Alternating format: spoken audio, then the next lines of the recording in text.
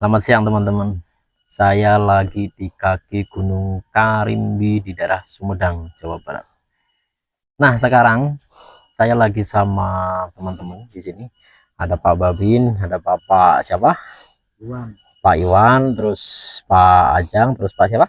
Pak Indra. Pak Indra. Nah, ini kita lah apa ya, baru selesai istirahat, baru kita melakukan kegiatan tadi Pak ya di situ ya. Nah, kegiatan tadi itu kita itu nanam pisang di lahan konservasi nih Pak ya. Bukan Ya? di batas. Oh, di batas ya, di batas konservasi di sini. Nah, kita lagi istirahat nyantai dulu di sini. Nah, kita lagi coba ngobrol-ngobrol lah sedikit di sini. Kita perkenalan karena saya juga orang baru di sini. Saya akan merekam diri juga di sini ya. Nah, ini Pak Agus, tadi kegiatan tadi itu emang murni dari masyarakat, dari teman-teman ini, apa memang dari mana itu kegiatan tanam pisang tadi? Nah, penanaman pisang ini berawal dari Pak Babin yang memberi semangat pada pemuda yang ada di Pasinanjung untuk menggerakkan menanam pisang. Tanam pisang. Artian untuk menanam pisang itu untuk minimal untuk pertahanan. Untuk pertahanan. Rekan-rekan penggiat gunung minimal ada titik harapan makanan untuk rekan-rekan yang suka bergerak di hutan gitu.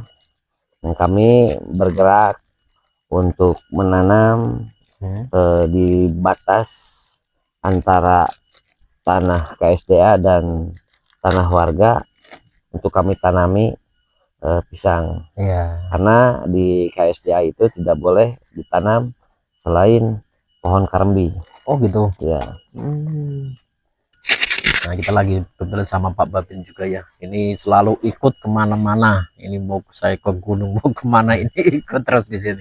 Yang penting desa aman ya. Nah, yang penting desa udah aman. Nah itu di situ kan ya. Gimana Pak, gimana apa ya, mungkin ada cerita yang tentang gunung ini atau mungkin pesan-pesan untuk bagaimana tentang ini, tentang gunung ya. Kalau tentang cerita Gunung Karambi ini kan saya kebetulan di Pasir Nanjung itu baru Mas. Baru sekitar 3 bulan berjalan jadi pembina desa di desa Pasir Nanjung ini. Program pertama saya begitu melihat alam di desa Pasir Nanjung ini, terutama hasil bumi, kayaknya semakin melimpah. Oh gitu. Sayang kalau nggak dimanfaatkan. Makanya begitu saya jadi dipercaya pimpinan untuk membina desa, program pertama saya yang keluarkan itu ketahanan pangan. Oh itu.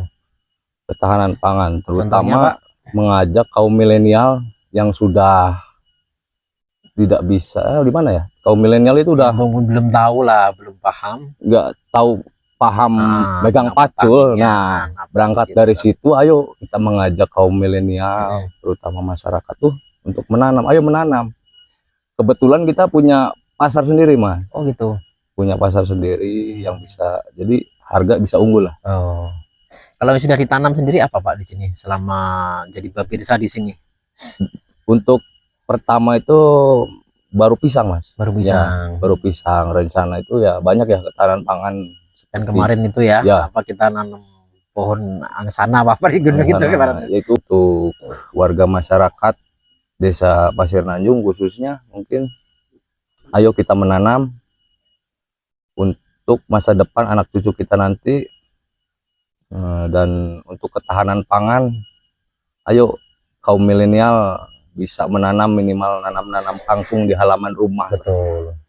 Ambil ngopi aja di sini. Ambil ngopi. Alhamdulillah. Cek capek tadi nanam pisang di sini. Iya. Nah, ini Pak Mansur ini adalah warga setempat sini dan mungkin orang pribumi asli sini Pak ya. Baik, terima kasih atas waktu dan juga apa namanya, semangatnya. Siap. Perkenalkan, nama saya Mansur. Saya bergerak di relawan lingkungan dan kemanusiaan. Kebetulan karena rumah saya di Pasir Nanjung, dari 2018 seperti apa yang dikatakan sama Pak Guru Indra sama Pak Babin, dalam mengutamakan lingkungan itu memang harus didampingi dengan ketahanan pangan. Biar sirkular ekonomi di masyarakat bawah itu berjalan. Kalau Dan contohnya untuk ketahanan pangan apa aja biar mungkin paham, contohkan sedikit. untuk ketahanan pangan ya yang seperti dilakukan oleh Pak Babin itu sangat tepat. Penanaman pohon pisang, kemudian kangkung, sayuran, terus tumbuh-tumbuhan yang sifatnya umbi-umbian. Nah, itu yang memang sirkular ekonomi di bawah masyarakat untuk ketahanan pangan, di mana kita mengajak mereka, ayo kita bareng-bareng bersama dengan stakeholder yang ada, hilangkan semua malu dan juga gengsi, karena anak sekarang itu gengsi yang diutamakan. Makanya Pak Babin, Pak Guru, dan kami di sini mengajak untuk terus menanam dan melestarikan lingkungan setempat biar kita terhindar dari yang namanya musibah.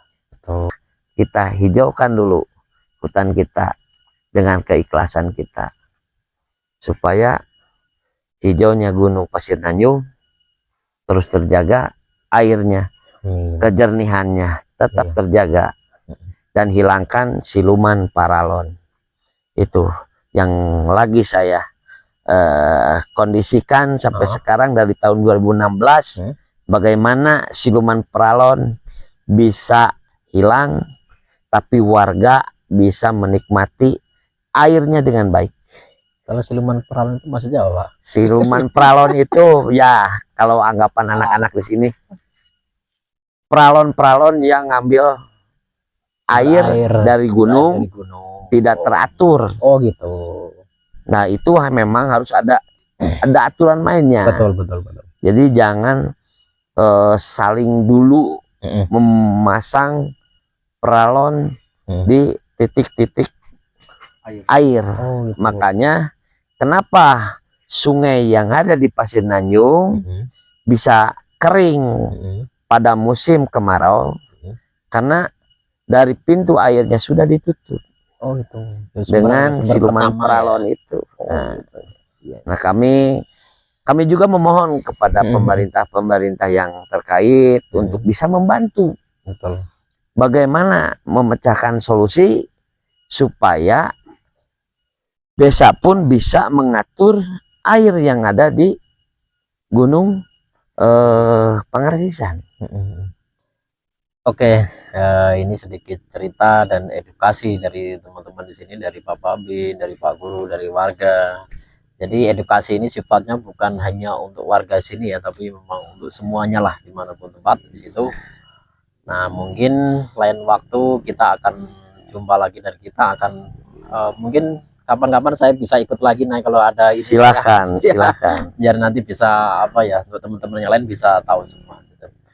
Oke, sampai jumpa lagi nanti hari esok. Assalamualaikum warahmatullahi wabarakatuh.